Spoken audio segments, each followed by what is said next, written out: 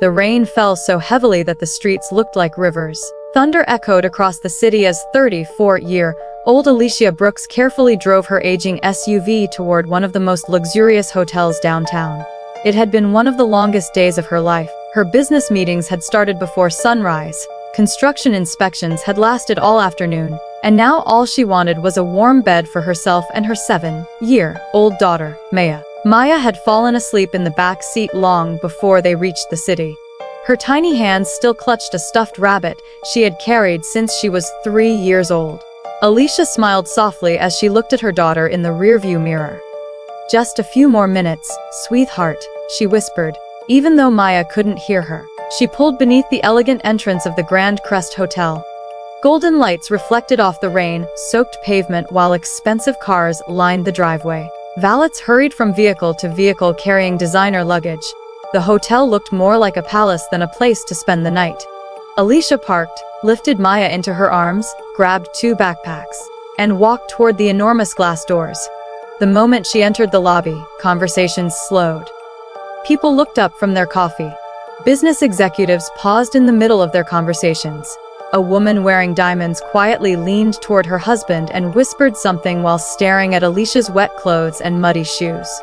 Alicia had seen those looks before. They were the same looks she'd endured when she was a struggling college student, when she worked 2 jobs to feed Maya, and when banks turned down her business proposals without even reading them. She ignored the whispers and walked confidently to the reception desk. The young receptionist barely looked up from his computer. "Good evening," Alicia said politely. "I'd like to book a room for tonight." Without asking her name or checking her identification, he replied flatly, "Sorry, we're fully booked." Alicia frowned. "That's strange. I checked your website about 10 minutes ago. It showed several available suites." The receptionist shrugged.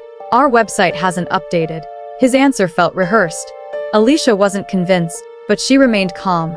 "I understand. Would you mind checking one more time?" He sighed dramatically and tapped a few random keys without really looking at the screen. No rooms. Before Alicia could respond, the hotel doors opened again. An older businessman wearing an expensive tailored suit entered with 2 assistants. The receptionist's expression instantly changed.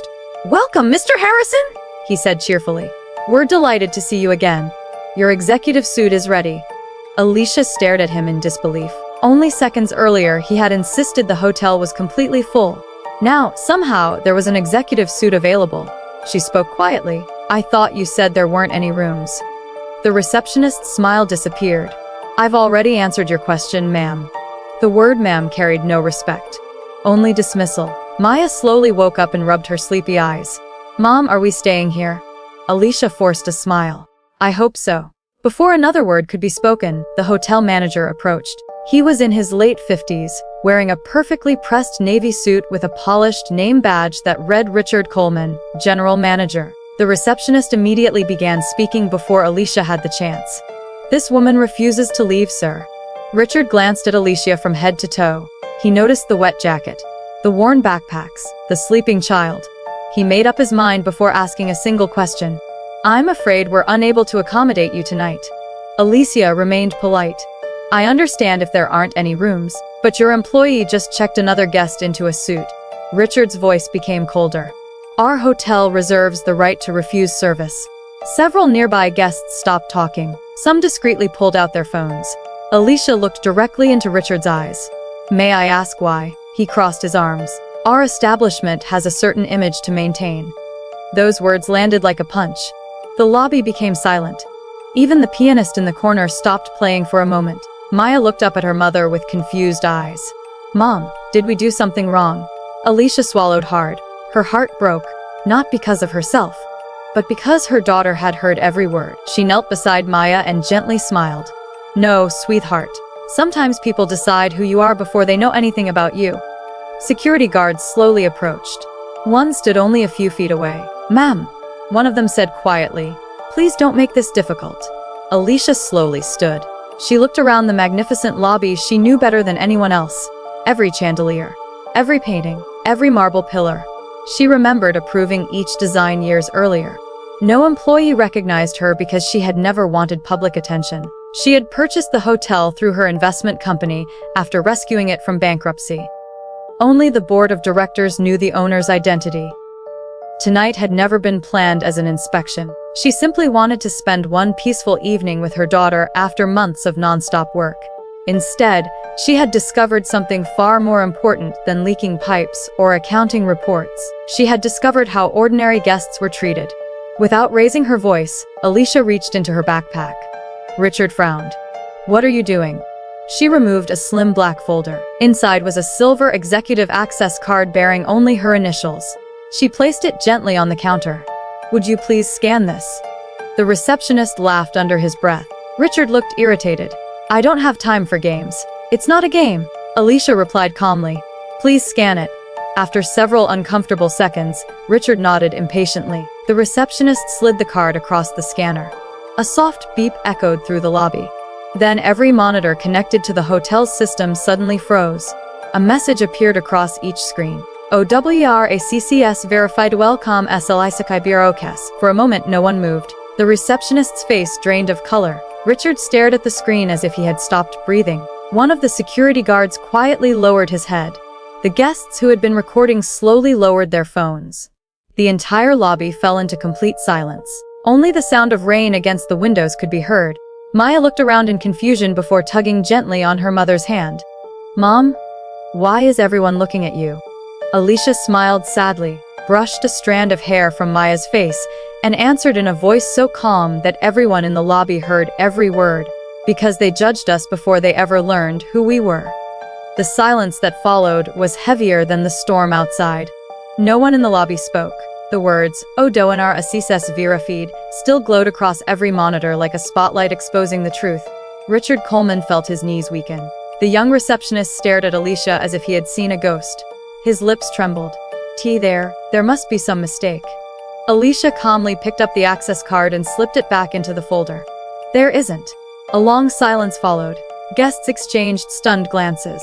The businessman who had just checked in slowly removed his glasses. "I've heard about the anonymous investor who saved this hotel years ago," he whispered to his assistant. "I never imagined it was her." The receptionist swallowed hard. I'm so sorry, Ms. Brooks." Alicia looked at him with quiet disappointment. "Are you sorry because of how you treated me?" She paused. "Or because you just discovered who I am?" The young man's mouth opened, but no words came out. Richard quickly stepped forward. "Brooks, please accept my sincerest apology. There has clearly been a misunderstanding." Alicia raised an eyebrow. "A misunderstanding?" She looked around the lobby. "Did I misunderstand when I was told there were no rooms available?" She turned toward the businessman who had arrived moments earlier, or when that gentleman was immediately offered an executive suite. Richard lowered his eyes. No answer. Alicia continued. "Did I misunderstand when your employee looked at my clothes instead of checking my reservation?" Still nothing. "And did I misunderstand when you said your hotel had a certain image to maintain?" The manager's face flushed with embarrassment. Every guest in the lobby had heard those words. Every employee standing nearby remembered them. For the first time in his career, Richard realized he had no defense.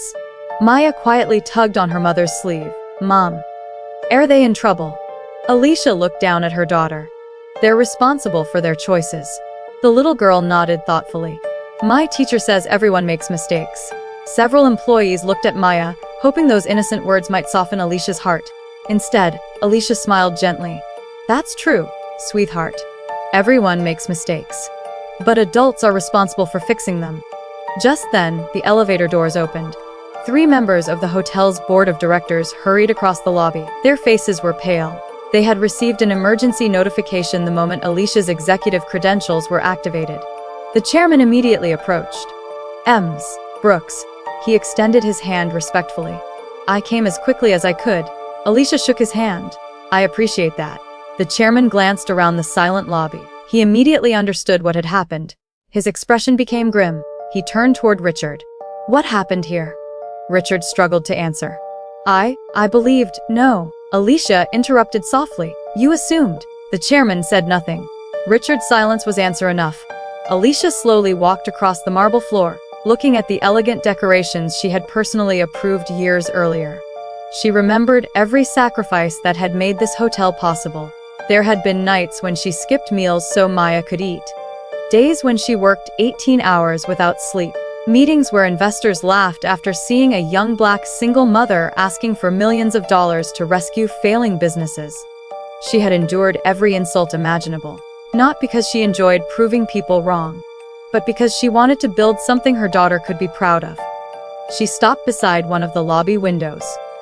Rain continued pouring outside. Without turning around, she asked quietly, "Richard, how long have you worked here?" 12 years. "And how many guests have you judged before learning their story?" Richard's shoulders slumped. He couldn't answer, because he no longer knew the number. Alicia finally turned to face everyone. "I didn't reveal who I was because I wanted special treatment. I wanted exactly the opposite. I wanted to be treated like every other guest."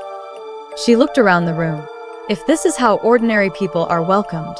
Her voice cracked slightly. "Then I've failed as an owner."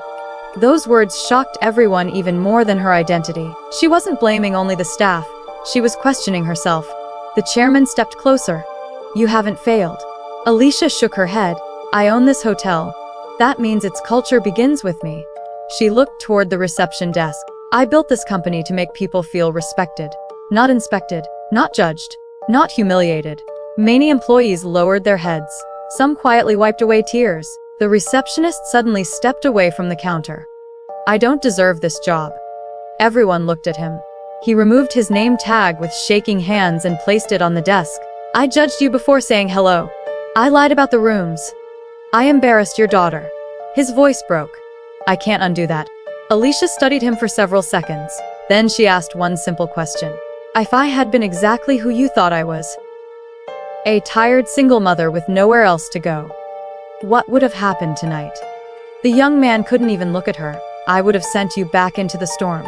The lobby became silent once again. Those words hurt more than any insult, because they were true. Alicia looked at Maya. Her daughter had fallen asleep again, resting her head against Alicia's shoulder, completely unaware that everyone around her was holding their breath. Alicia gently kissed Maya's forehead. Then she looked back at Richard, the receptionist, and the board members. "I have a decision to make." No one spoke. No one even breathed.